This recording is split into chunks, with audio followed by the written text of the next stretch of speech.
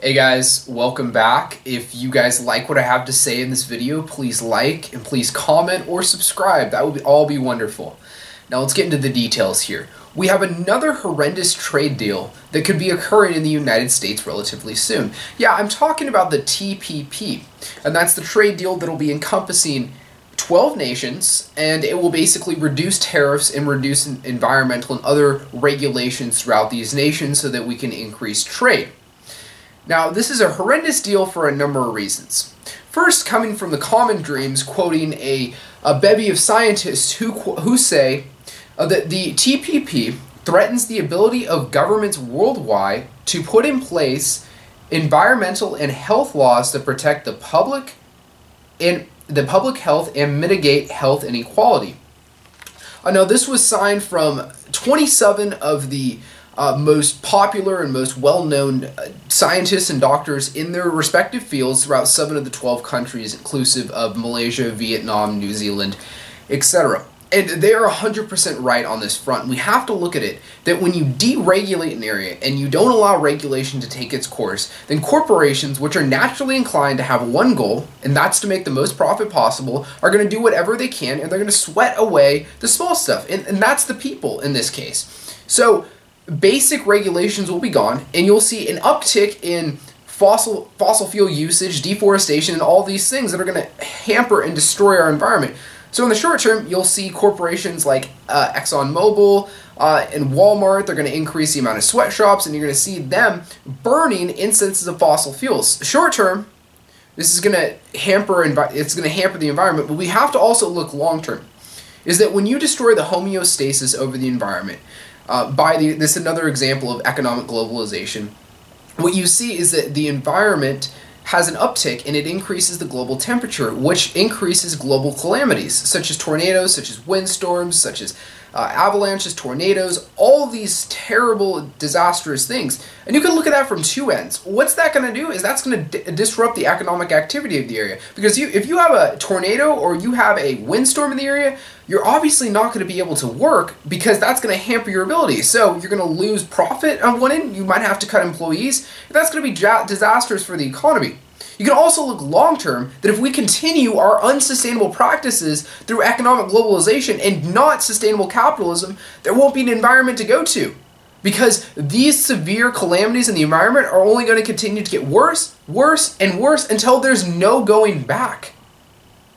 We have very little time left to save our planet, and this is the issue. Fossil fuel burning, using unsustainable fuels, destroying forests, these things are not helping. They're only hurting our environment. And worthless rhetoric is not going to help. If you listen to the experts, they agree unilaterally that we cannot continue these actions, especially in the fact that it's continuing. And we can reference NAFTA is a terrible example. We'll look at this in two ends. We'll look at this from the economic standpoint. What did this do for the United States and surrounding countries? And we'll look at it from an environmental standpoint. So quoting from the Huffington Post here, we can see that NAFTA's unhappy 20th anniversary details the records. Not only did the promises made by NAFTA proponents not materialize, but many results are exactly the opposite. Such outcomes include a staggering $181 billion U.S. trade deficit with NAFTA partners Mexico and Canada, and the related job loss of 1 million in the United States, directly attributed to NAFTA. Also, growing income inequality, displacement of more than 1 million Mexican compound farmers, and doubling of peasant immigration from Mexico. All due to the result of NAFTA and the terrible domestic public interest policies. So that was a very complex thing, and it was very well detailed by the Huffington Post, but let me just simplify it down for you. So why did we lose 1 million jobs? We lost jobs because we shipped out solid middle-class jobs in America, and we shipped them out to sweatshops in developing nations such as China, such as India, such as Laos, and we shipped them all out there and we let them run nilly. This took away middle-class jobs. How did that hurt inequality? Well, as we can see also from the Huffington Post, we can see that according to the U.S. Bureau of Labor Statistics, quoted from the Huffington Post, 2 out of every 3 displaced manufacturing workers who were rehired in 2012 experienced wage reductions, most of which were more than 20%. So we can see that, all right, there are no solid middle-class jobs without a college education for these people. So literally, they are left without a solid job, and they have to go into low-income jobs. So on one end, you see overall net job loss, and second of all, the jobs that we get in our economy are bad. And the economy thrives on a solid middle class. In the United States, we generate 70% of our revenue from the middle class. We don't generate it from the poor, we generate it from the middle class, because the middle class has when the middle class has substantial buying power, then they're going to lead to economic growth, because they're really, really rich. Yeah, they might buy a car or two, but you have to look at it one end. They make up a drastically smaller amount of the population, and two, they're not going to need to buy 500 cars. I'll give you this simple example. Okay, if we were to give one person $1 billion, how many cars do you think they'd buy? All right, yeah, maybe they're greedy, they might buy 5 or 6, but yeah, that's about it. They're going to save the rest of the money because there's no need for them to keep buying cars. Let me juxtapose that. If we distributed $1 billion to, let's say, 1 million people, how many cars do you think they'd buy?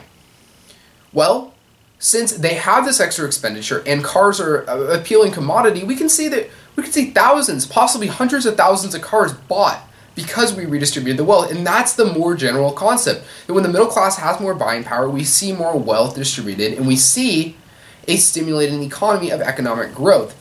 And lastly, I'm going to point this out, that how this was bad for the other nations, specifically Mexico. So a free trade works that you deregulate and you disregard tariffs, but the United States cheats, and we cheat because we still put subsidies on our agricultural markets. So this means that when you have corn, and I'll just give that arbitrary example. So you have corn, for example, between the US and Mexico. And before, Mexico was able to compete with the United States because they were able to tariff US farmers selling their products in Mexico. But due to NAFTA, there were no tariffs. So the US was able to sell their stuff within Mexico, but because they're given a subsidy of, let's say, 20 cents per dollar of corn, they could lower their price of corn to, let's say, 70 cents, for example, on the dollar, versus before it would be $1 because they have this subsidy. If you compare that to Mexico, who doesn't have nearly as strong of an economy and doesn't have the financial backing to give subsidies, well, to make any profit, Mexico has to sell their corn at a higher price. And naturally, the lower price will almost always win out. So you'll see that these companies and these small farmers are going to go out of business because they can't compete. They don't have the money. So in a larger part, we'll see that severe suffering throughout these Mexican countries. And environmentally, you have to see more generally that the fact of the matter is that we're continuing to do the increase of fossil fuels, deforestation, and other actions that are severely detrimental to our environment, which over the long term are going to lead to the deaths of a large amount of our population, because we won't be able to sustain this. So guys, if you like this, please comment, and please subscribe. Have a wonderful day. Bye.